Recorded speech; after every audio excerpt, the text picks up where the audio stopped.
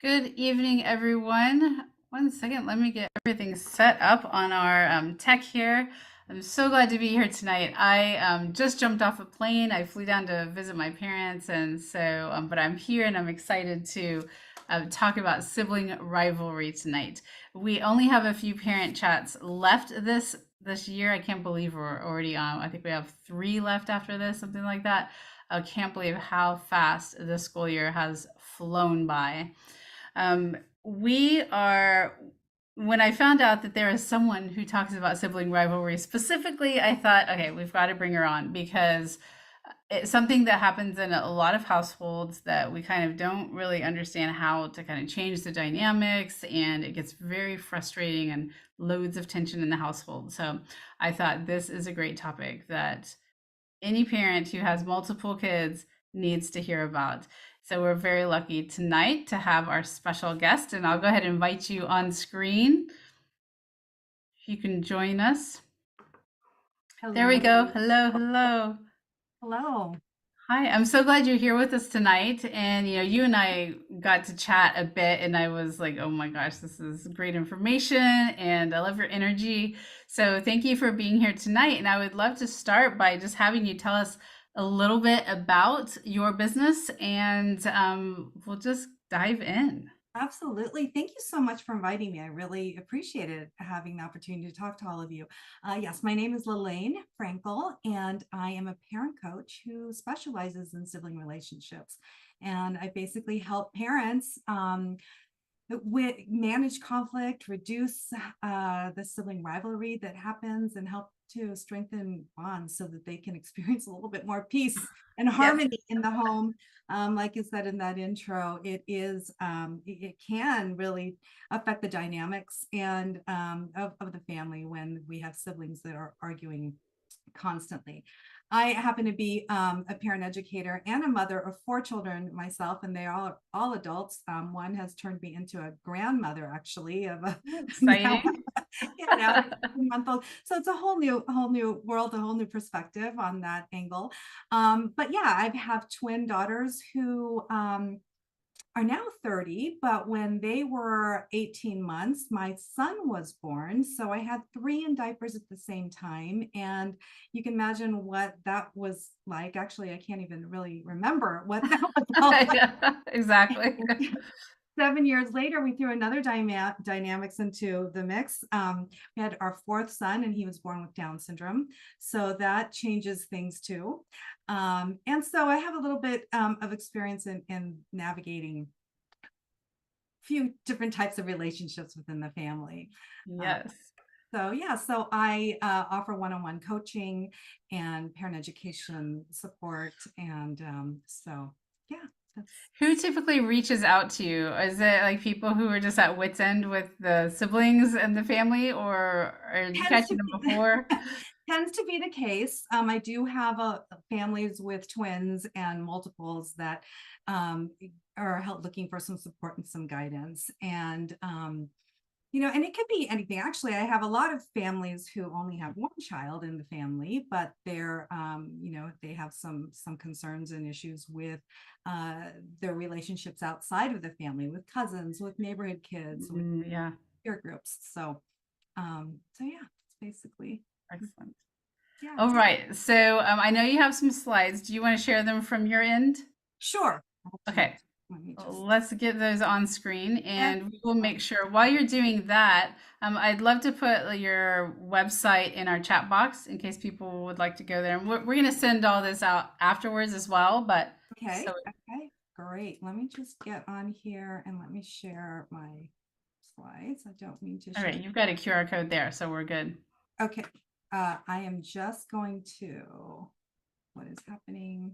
Of course, Okay. Well, let's get on here. Do you see that? Yes.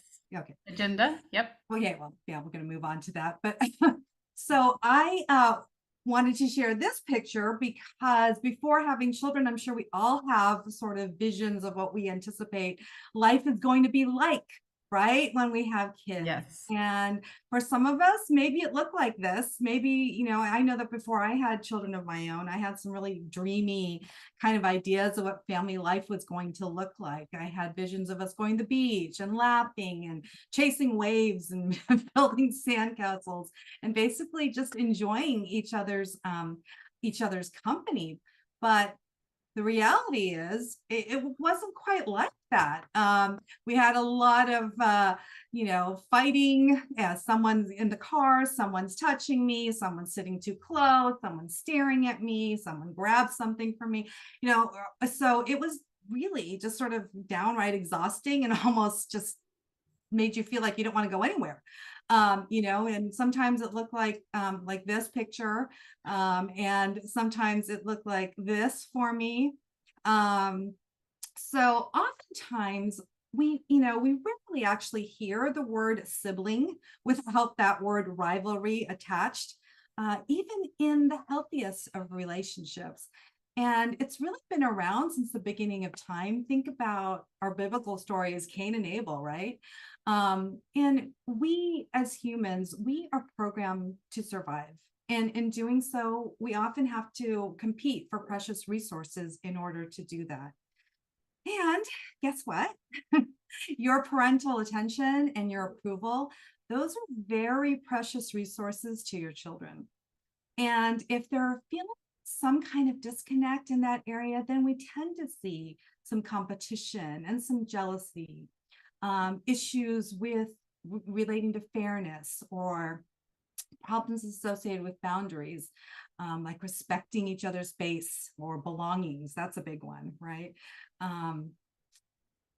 I wanted to share with you, let's see if I can, oh, well, actually, rivalry stems from a lot of things. Like I said, the sharing of parenting resources. We have different ages and evolving needs. I'm not sure what the ages are of the audience right now that's here, but if you do have toddlers, they're naturally protective of toys and their belongings, and they're learning to assert their will. So if a baby brother or sister picks up the toddler's toy, that older child may react aggressively. That's just sort of developmentally where they are, right? And then our school age kids, they often have really strong opinions or concepts about fairness and equality. And so they might not understand why older siblings get different privileges, or they may feel like one child gets preferential treatment. And then we have like teenagers, on the other hand, who are developing their sense of individuality and independence. And they might start to resist having to help or resent trying to help with household responsibilities or maybe taking care of younger siblings. And then we have the gender issues and same natural abilities, which might lead the siblings to compete for that sort of top spot if they are both very interested in I don't know, a specific sport or activity. Different temperaments are going to play into that rivalry as well. You might have a child who is especially clingy and drawn to a parent for comfort and love, perhaps, and that can maybe bring a sense of resentment from the other siblings who may think that the child's getting more attention. And sometimes kids just fight to get each other's attention, right? They're trying to, they want the companionship. They also want attention. So if they're not getting the attention that they need from doing positive things, then they quickly learn that they can do some negative things and to get attention immediately, if they act out or so on. So those are some reasons for rivalry. But really, again, it happens like really early on in life. This book here, Siblings Without Rivalry, has a cute little scenario that might help it bring those feelings that children have from the start to you. I want you to really just focus on your firstborn child. If you have more than one child, think about that firstborn. And in this little story I want to read to you, it's not really a story, but it's just couple things that were written here by Adele Faber and Elaine Maslich. She says to imagine that your spouse puts an arm around you and says, honey, I love you so much and you're so wonderful that I've decided to have another wife just like you. Could you imagine? When when the new wife finally arrives and you see she's very young and kind of cute, and the three of you are out and together in public, people say hello to you politely, but exclaim ecstatically over the newcomer. Isn't she adorable? Hello, sweetheart. You are just so precious. And then they turn to you and ask, how do you like the new wife? And the new wife needs clothing, and your husband goes into your closet, takes some of your sweaters and pants and gives them to her. And when you protest, he points out that since you put on a little weight, your clothes are too tight on you, but they'll fit her perfectly. And so it goes on and on about how the new wife is maturing and learning new things every day. And one afternoon, as you're struggling to figure out directions on your new computer, your husband bought you, she bursts into the room and says, oh, can I use it? I know how. And your husband, when you tell her she can't use it, she runs crying to your husband. And moments later, she returns with him and her face is tear stained. And he has his arm around her and he says to you, why can't you just share? Why can't you just give her a turn? So, this sort of, how does this make you actually feel? Lalaine, as you're describing this, I'm like, oh my gosh, this like it's I can understand it. I You just, know? it just like provides you like this clear picture Yeah. of how we're expecting children to feel loving towards the new sibling, where we would there's no way that I would be feeling Yeah. very loving towards a new wife that would come into a picture here. So that's kind of just a way to illustrate the equivalent of it for our children. Yeah. So before we get too worried and say, oh my God, you might be thinking, why did I have another child? What have I done? Let's talk about some of the positive things about having a sibling. And feel free to just, ask questions and whatever you need to do there, Sheri, to let me, Yes, please. I just want to remind everybody, if you have questions, put them in the Q&A so they don't get lost. And let me just ask a quick question of our attendees who Sure. are here. What ages are your kids? And is some of this already resonating with you? Because I know as you're describing things, I'm like, oh, I am visualizing specific moments as you're describing these things. All right, go Kind ahead. of opens your eyes to things, right? So Yeah. yeah, I'd love to get that feedback. Excuse me. So yeah, so the good news about having a sib is that we learn to get along with other people. That's a really important lesson that each of us has to learn. And for most children, the first opportunity for learning how to get along with others is, with our brothers and sisters. Family life offers wonderful training grounds for developing values of cooperation, honesty, kindness, and tolerance, right? And living with our siblings, brothers and sisters, can give a child a lot of practice in learning how to share and how to resolve conflicts. I mean, just looking at the chat here, I have a 6-year-old son, 3-year-old daughter, the image of the new wife. Yes, absolutely. Right. Okay. I wanted to share this with you too. Check this out. So by age 11, a child devotes 33% of his free time to his siblings, more time than with friends, parents, teachers, or even themselves. That's a lot of learning and a lot of practicing, right? In an article, Time Magazine article, The New Science of Siblings by Jeffrey Kluger, he says, your parents raised you, your spouse lives with you, but it's your brothers and sisters who really shaped you. They say that firstborns are 100% parented by their parents, but younger siblings are 50% parented by their parents and 50% by their siblings. So we need to be teaching those firstborns well. Right? And he goes on to say, from the time that they're born, our brothers and our sisters are our collaborators and our co-conspirators, our role models and our cautionary tales. They are our scolds, protectors, tormentors, playmates, counselors, sources of envy, objects of pride. I'd like to ask you if you could let me know, what do your kids fight about? Interested in knowing what your kids fight about. While people are putting it in there, I will answer from my perspective. My kids are in their 20s now, but even still, there's some of this. It goes back to what you mentioned, fairness.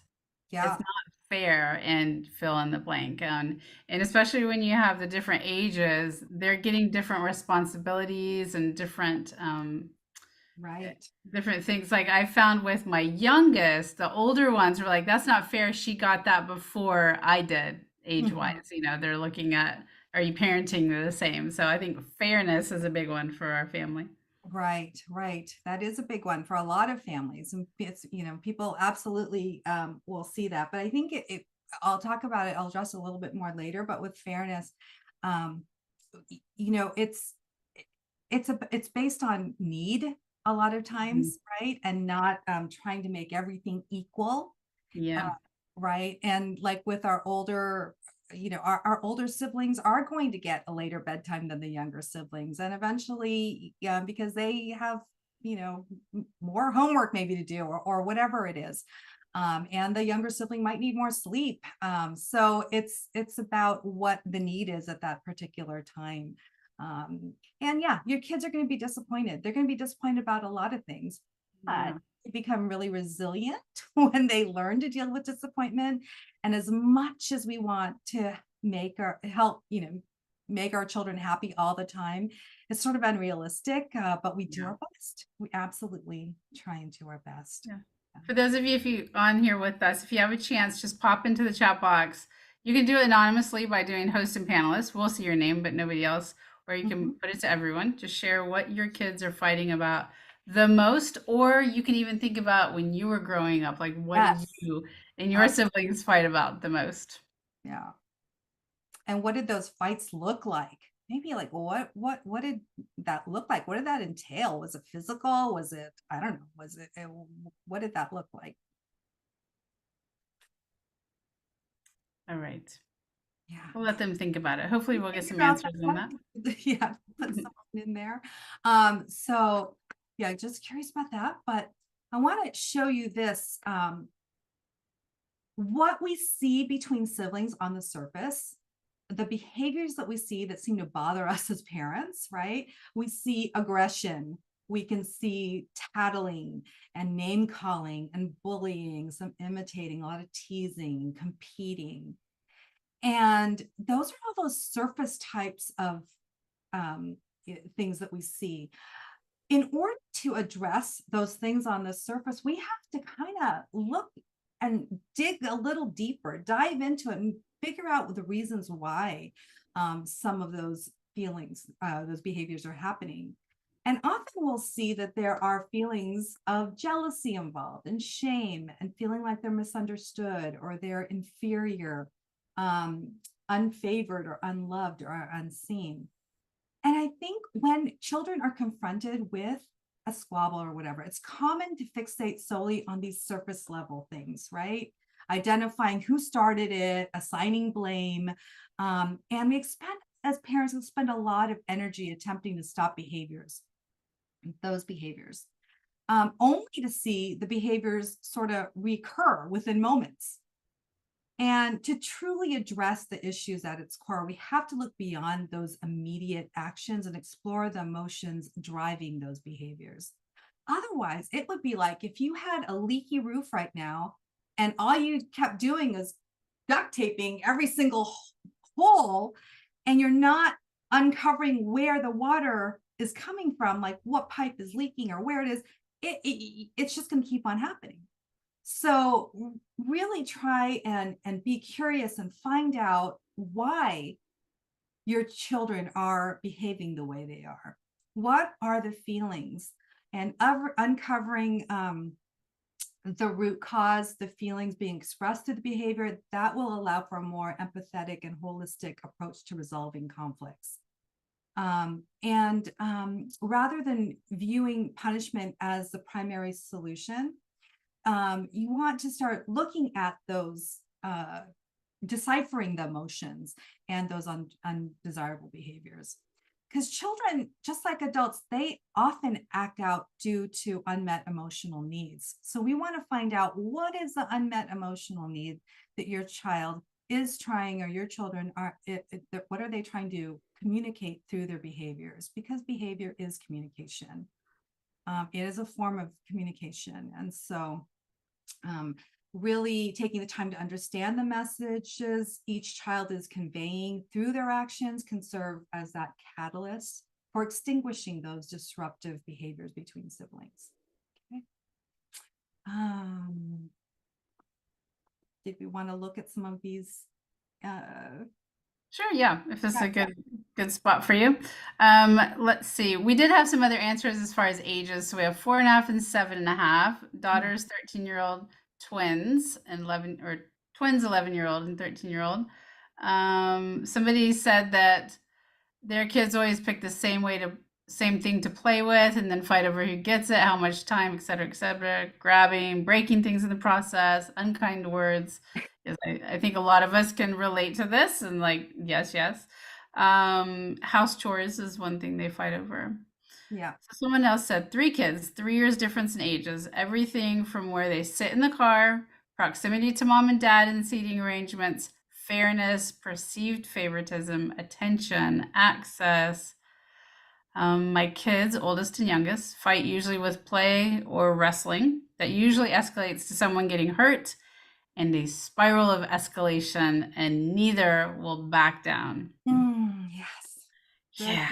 Get our next steps here. I've got 10 tips here to manage sibling rivalry and strengthen sibling bonds.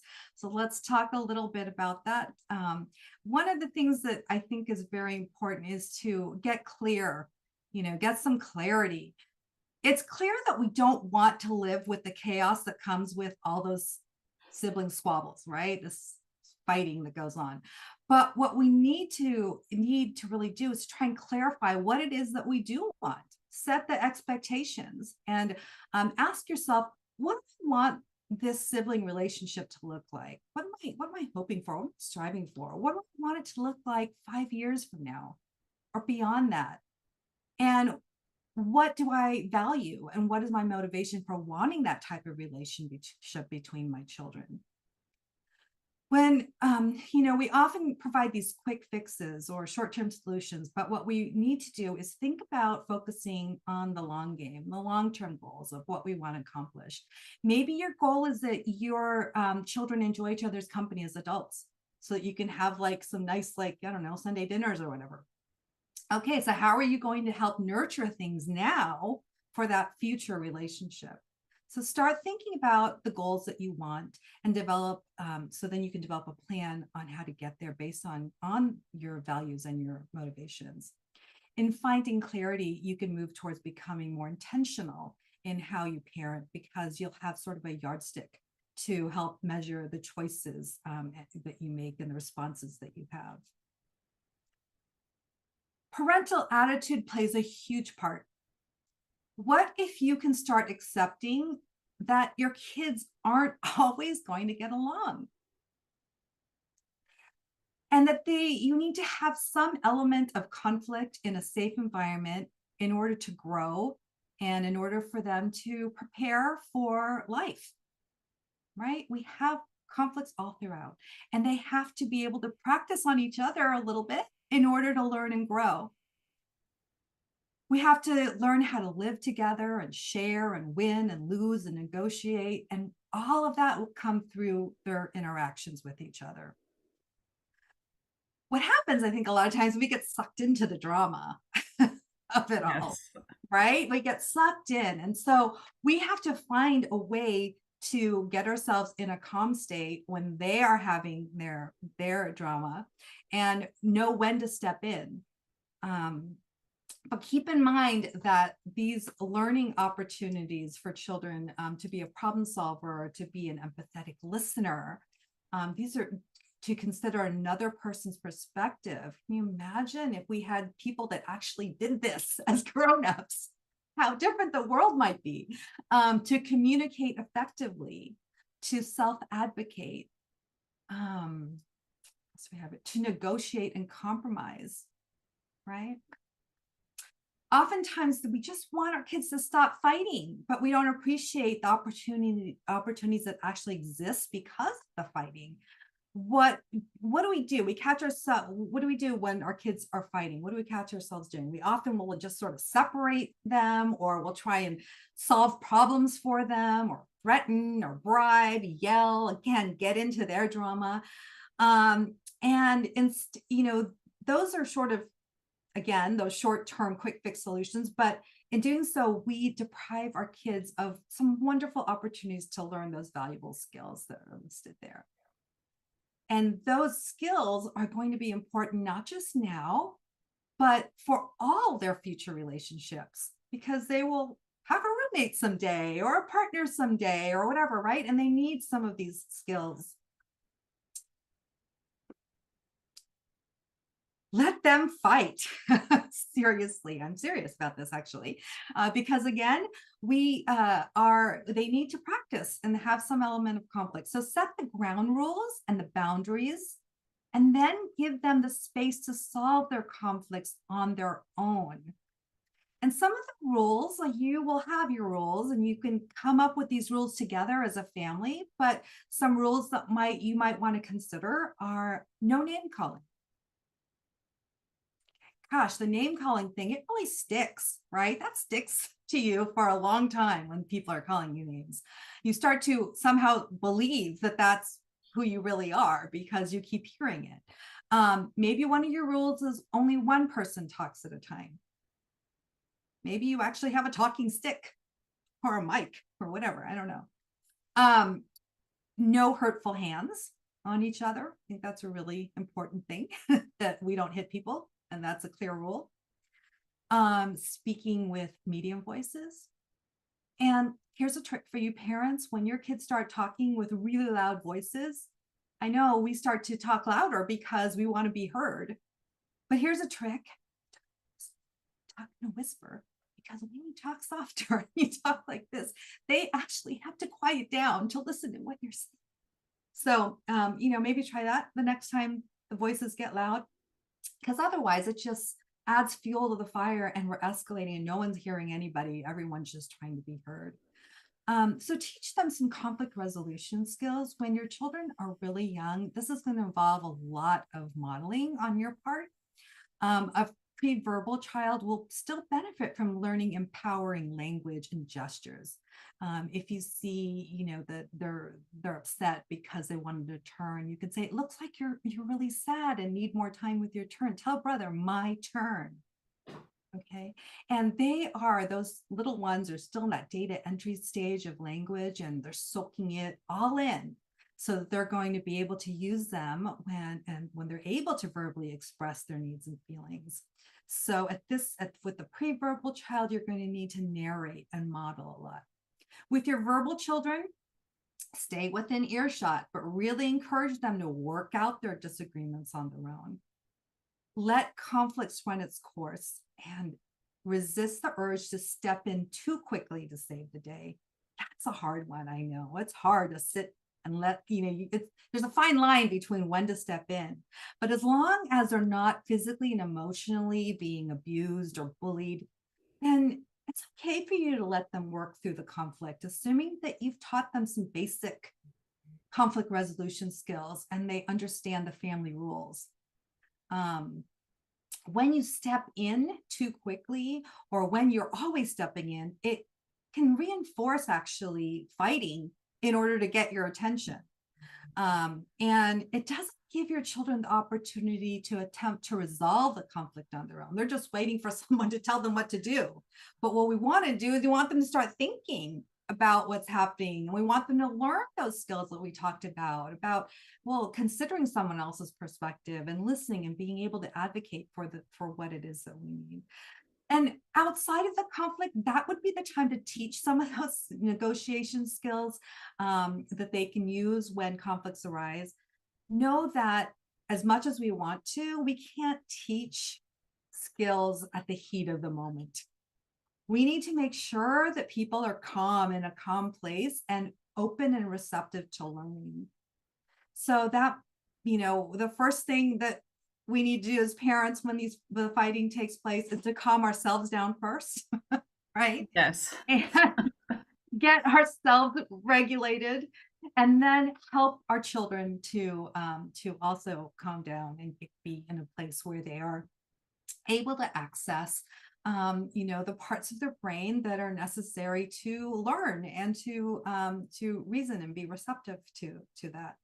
So I'm gonna move on here. If anybody has any questions, I'm looking at the time. Yeah, we do have a question here. If I can ask you and you can let me know. We might need to put it off if there's maybe you're answering it already.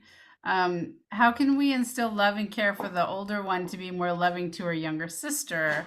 Saying that, you know, she's open to hugging the parents, but not necessarily the sister. Yeah.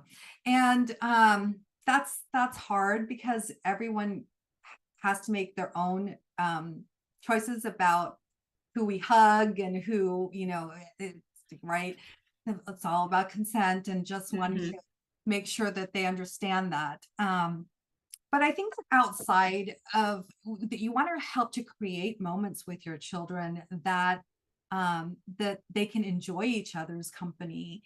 And I'll talk a little bit more about that. But we want to have like activities that they can do that doesn't require competition, that maybe requires them to work together to create something or to plan something. Maybe and even trying to get children to think about another person's celebrating their sibling too, celebrating their sibling in, like, if it's someone's birthday, think about, oh, what can we do to make it special for this person's on their birthday. But it's really hard as far as hugging goes. We want to give everybody their the power to say no if that's not something, but maybe they can do other things. Maybe they can just give a thumbs up or Maybe a high five a or high something. Yeah. five. Yeah, it's just that sometimes the high fives and the fist pumps become more Physical. physical. The A little situation, too aggressive. yeah, it can get a little. But okay, let's see here. What's I gonna go here? Okay. So when you walk into the conflict, remember that safety is safety first, right? You can stop the aggressive behavior, make sure that you have the cool off and the deep breaths that you take. And moms and dads out there, have your own mantra going in your head to calm yourselves down when this is happening. And don't assume that you know what's going on, or even if you recognize a pattern of one child being the instigator or whatever, just don't make any assumptions. Go in there completely neutral, and make descriptive and objective statements like, there's one toy and two people want it. Acknowledge the feelings that are there. I see some angry faces. Right? We're not blaming, we're not shaming, because when we start doing that, people get defensive and people get louder in order to be heard and feel like you understand where they're coming from. So just stay even and ask your children about what they're feeling instead of what happened, who started it, who had it first. Instead, because at that moment, your children just want their feelings to be validated, regardless of what happened. And doing that is going to bring down the intensity because you're showing your concern for each one of their feelings. We had that picture earlier with the children with the bear, I think it was. In that instance, they're fighting over a bear. And if mom comes in there and just says, oh, there's one bear and two children want the bear. How are you feeling about this right now? And the sister says, I'm really mad. I was playing with that bear and he took it from me. And mom can say, well, it sounds like you weren't done playing with the bear. And, brother, how are you feeling about all this? Well, I'm tired of waiting. I want my turn. And mom can say, yes, it's hard to wait when you really want to play with something. What is your sister saying to you? She's not finished playing with the bear. And sister, what's your brother saying to you? He wants his turn. Okay, so how are you going to solve this problem? Nobody's feeling any blame or shame. People are understanding that what people are, where, where people are coming from in this situation. And mom saying, I trust you. I know you guys have the skills to be able to figure this out.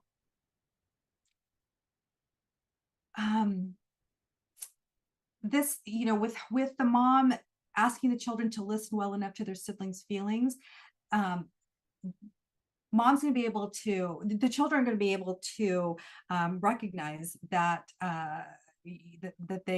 that someone's hearing how they're feeling, and this helps them to gain clarity on the situation and helps them consider another person's perspective. Hey, yeah, it's my turn, but she's not finished with it, right? She's coming from the point where she's not finished with it. So remember, your role as a parent is not to be the judge, not to be the jury, the fixer of all. You're not the superhero that comes in and saves the day. What your job is to teach them how to gain skills to appropriately handle conflict on their own. It's all practice. It's all practice for real life. They will face conflict all their life with people. And as much as we want to shield them and pave the way for them to not, conflict again is inevitable. And we don't acquire skills without practice. So for the very young child, you want to help them and generate ideas and choices and solutions. For the older children, you want to just sort of leave the room and let them know that you have faith in their ability to work it out, and that to let what they came up with. Acknowledge their anger towards each other, listen to each side respectfully, and help to bring clarity. It sounds like it made you really mad that brother took bear. Make sure you're not taking sides or casting blame. Okay. It is really hard when they make a choice or they come up with an idea and you don't think that it's going to be fair, or you don't think it's a good one. We need to make sure we let them go through the process so that they learn about making choices and living with some of the consequences of the choices that we make. Again, it's practice for real life, because you can't always be there to solve the problems for them. Okay. And they don't automatically learn a skill because they turned 18 and are no longer living under your roof, right? They've had to have some amount of practice along the way under your guidance in order to be successful there. When I will say with that, Lalaine, we've got older kids, and the kids who've gone through college, the whole roommate thing, there's a lot of kids who don't have those conflict resolution skills, and it's really tough when you get to college. So if we can at least teach our kids, they can help to kind of role model for their roommates. Absolutely. Yeah. And when they're generating ideas, a brainstorm, there's no right or wrong to a brainstorm. So we just throw all ideas out on the table, or put it, even put it on writing. Some people need to see it, right? So visual learners. And so maybe, write it down. And then you can go, if you're in the process of helping them through this and sort of being, coaching them through it, you can say, okay, here's the first idea. So, where would you rate this? Is this from 1 to 10? Like, how do you feel about this? And that'll kind of help them to start to kind of figure out which one is really doable for them. But it's their process and they're figuring it out. So, okay. I'm going to skip that video that I was going to do, but some other things I want to share with you is resist comparisons. I want you to think back to your own childhood and think of ways that adults in your life may have contributed to the competition between you and your siblings. Why can't you do your homework without being asked like your sister does? Or why don't you hang up your jacket, like your brother does? We say these things thinking that if we're, comparing them or sort of that it's going to be a motivator, but it actually isn't a motivator. When you're continuously comparing one child to another in terms of their behavior or their achievements or their abilities, that can really foster jealousy and rivalry between siblings. So instead of comparing, just describe what you see. I see that jacket that needs to be hung up, or describe how you feel. I feel like that jacket is going to get, I don't know, stepped on. Describe what needs to be done. Please hang up your jacket. But whatever you do, just leave brother out of it. Don't undermine their relationship by comparing them in that way. And And I think absolutely, you may sorry to interrupt. You may have something on this and the rest of yours, but I think kind of under this category is also don't label them as yes. like the academic one, the mean one, the nice one, the the Yeah. one. This is my slide on that right there. There Avoid we casting go. roles or assigning labels. Hmm. He's the brain, he's a musician, right? He's the artist, he's the athletic one, or he's a troublemaker. Hmm. Or, oh, go ask Tim because he's a numbers guy. See, casting roles limits children and it causes bad feelings between siblings, and it can really create a division and fuel the competition. Maybe you have a child that wants to learn how to play the piano, but if you're always saying that, well, Jane is a piano player in our family, she's a musician, you're labeling her as that, and it makes the other children feel like they can't do it because they just might not be as good as Jane. So instead, encourage children to do their personal best and do what they want to do and what they love, even if they're not the best at it. And, merely changing the reference from Jane is a good or Jane is good at playing the piano to Jane enjoys playing the piano. That lessens the pressure for the rest of the children in the family. It actually opens up the opportunity for the other siblings to enjoy playing the piano too, instead of deciding that maybe I don't want to do it because I might not be as good as Jane. It's better for Jane too, if you Yep. describe it that way. Yeah. Right. It is better for Jane Mhm. because she doesn't have to, she can go and do other things too. She doesn't have to only be the piano player or the musician. And go back to here. Most of the time, parents don't even realize that they're contributing to the sibling rivalry. They might be praising one kid with that, again, that intent to motivate. Wow, you're so smart. Look at all those A's, and put that report card with all the A's on the refrigerator. But if the other kids are within earshot of that, the other kids almost always interpret the comments as, well, I guess mom doesn't think I'm as smart as she is. I'm not as smart as her. So these types of comments cause these feelings of one child being superior and one being inferior, which again contributes to those feelings of competition and jealousy and favoritism, which gets in the way of sibling harmony. Um, Children will experience praise of a sibling as a put down to themselves in some form or another. Unfortunately, that's the way it is. Along with this, when you criticize one child in front of their sibling or highlight their shortcomings in comparison to their sibling's strengths, this will also breed that feeling of inadequacy. So again, if you can, save those enthusiastic comments and those reprimands for the ear of the deserving child. Treat uniquely, not equally. Equal is less. Children don't need to be or should not be treated equally. They need, all people, I think, need to be treated uniquely. So let each child know that your family team is stronger because of their special, unique qualities that they bring into the family. Instead of showing or trying to show equal love, show each child that they're loved uniquely and they hold a special place within a family.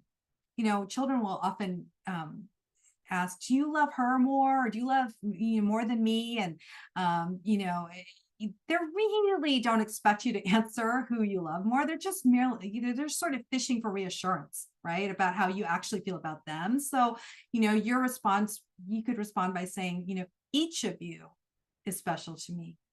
And when again, giving according to individual need instead of equal amounts of everything. I'm going to give all of you people out there that might be counting the number of sprinkles on the top of the cupcakes to make sure that each of them have the equal amount.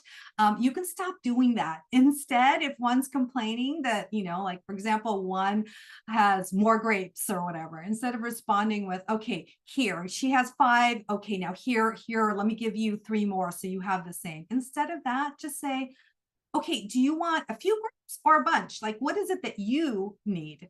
Okay. Um, I have 4 kids. When they were younger, there were always shoes that need to be purchased. I mean, gosh, soccer cleats, ballet slippers, tap shoes, you name it. Lots of shoes. And we can't go buying everybody a pair of shoes because one child needs them.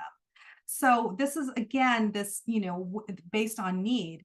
And your child might say, well, why did she get new shoes? And your response can be, because her feet got too big, right? And when your feet get too big and you need new shoes, then you're going to get some too. So, like, make sure they know that it's fair because she needed them, and reassure the sibling that she too will get a new pair of shoes when hers no longer fit. And if it's about time and how much time you're spending with someone, instead of saying things like, well, after I've spent 10 minutes with your sister, then I'll spend 10 minutes with you. I mean, that sounds pretty like equal, right? But that's not necessarily what your children want to hear. They want to know, like, you can acknowledge and inform them in this way. You can say, I know that I'm spending a lot of time going over your sister's homework right now. It's really important to her. As soon as I'm finished, I want to hear what's important to you, because maybe 10 minutes isn't going to be enough, or maybe they need to do, whatever. So you want to make sure that you are looking at need. Also, there we tend to sort of, I know I did, because I had 3 that were really close to in age, that I would do. They would just get like homogeneous, sort of like one unit. There's sort of this unified entity. So instead of doing that, you want to acknowledge the individual interests and needs of each of your children. Like, you might be signing up all the children for the same activity. Maybe they're all doing piano lessons because it's convenient to drive them all together, rather than supporting the passions of each individual child. So also think about that. Okay, we did that one.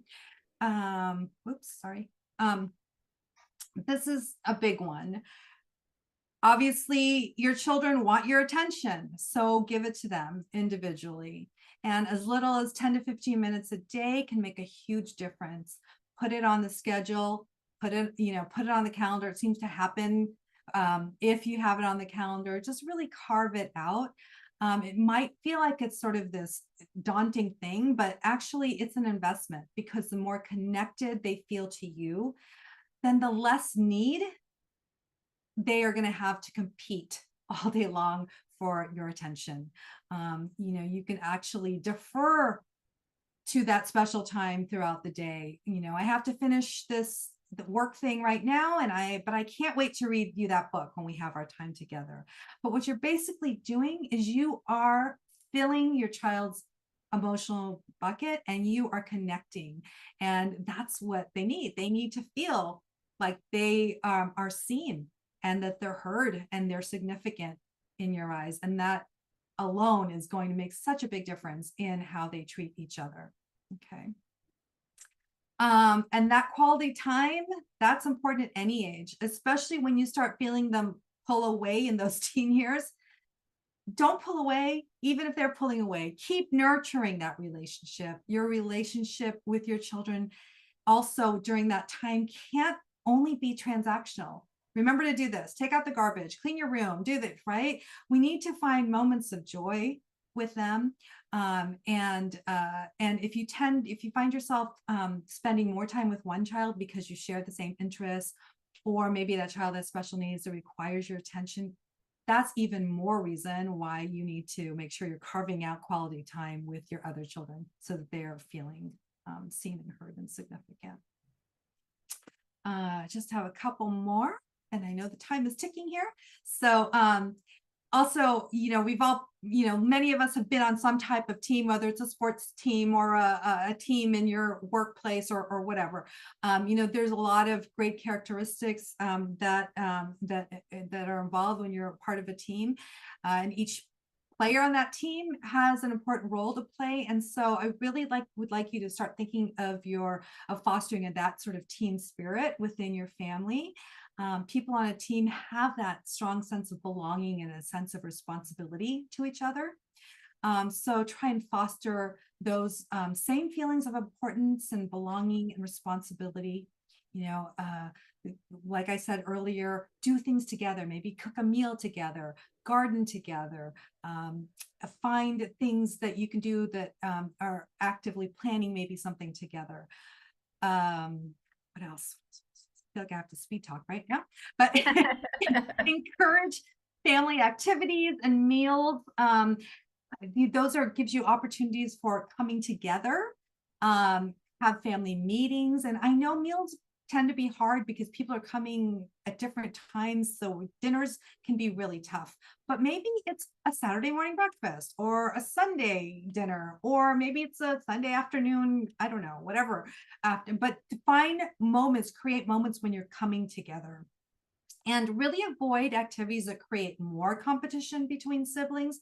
If you're having a game night, put the siblings on the same team against you, or do things that are non-competitive, like send them on a scavenger hunt together.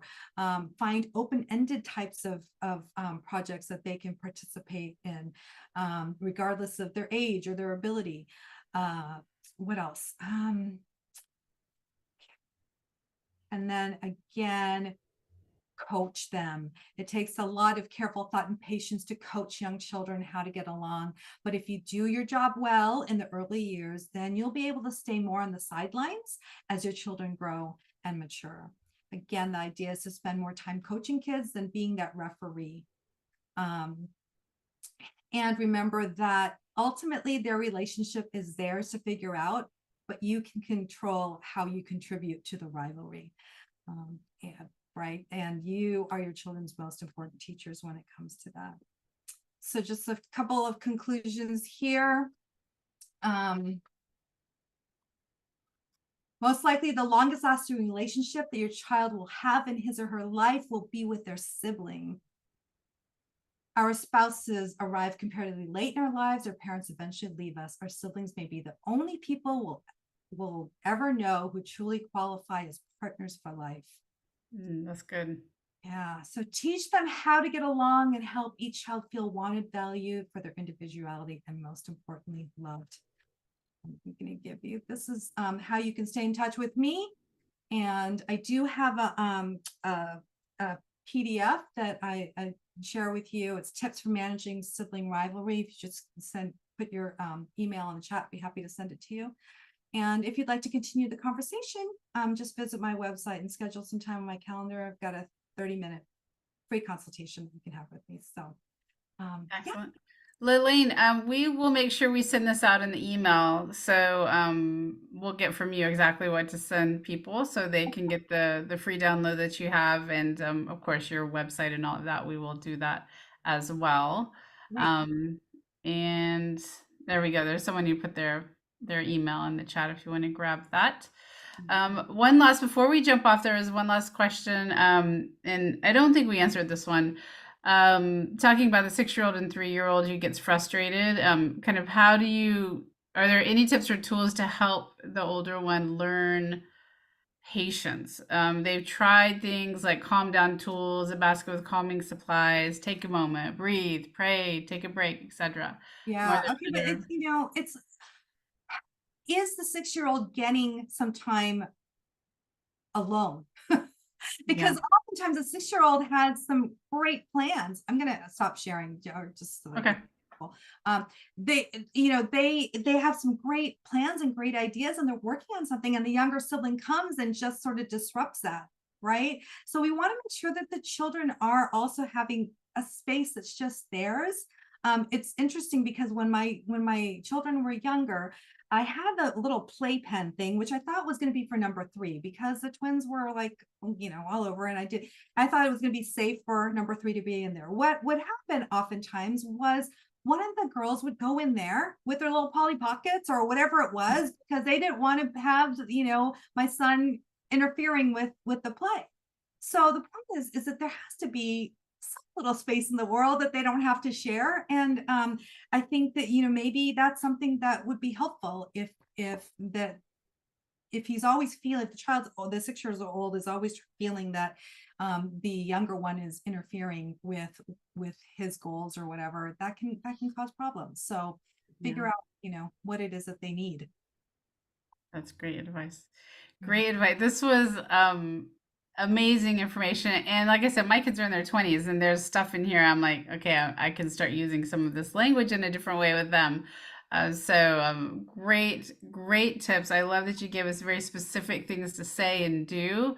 And I can see how this would make just a huge difference in making the family dynamics more manageable, that you're not having to go in and fix it. You're going in and coaching and helping them along so that they can come up with the solutions. And that's a game changer because I know a lot of parents feel like, oh, what am I going to do? How do I make this better? Right. So Right. that's, yeah, Absolutely. that's great info. Mhm. Excellent. Okay, well, like I said, we'll send out the information so everybody can access this. We're also going to send out the link. So if you have friends who their kids have sibling rivalry going on, which is pretty much everybody to some capacity, you can share this recording with them as well so that they can get these wonderful tools that Lalaine has shared with us tonight. So thank you so much, Lalaine. Really appreciate you taking your Yeah. time to be here with us. And we'll stay in touch. We'll have you back, I have a feeling, for some Okay. more Wonderful. conversation about this. Great. Thank you so much for having me. Thank you. And thank you everyone for taking your time and being here with us tonight. And we'll see you at the next parent chat, which is see where we I don't know the dates. I'm sorry. Like I said, I just got off the airplane, so but we'll send those out to everybody so you can access the next one.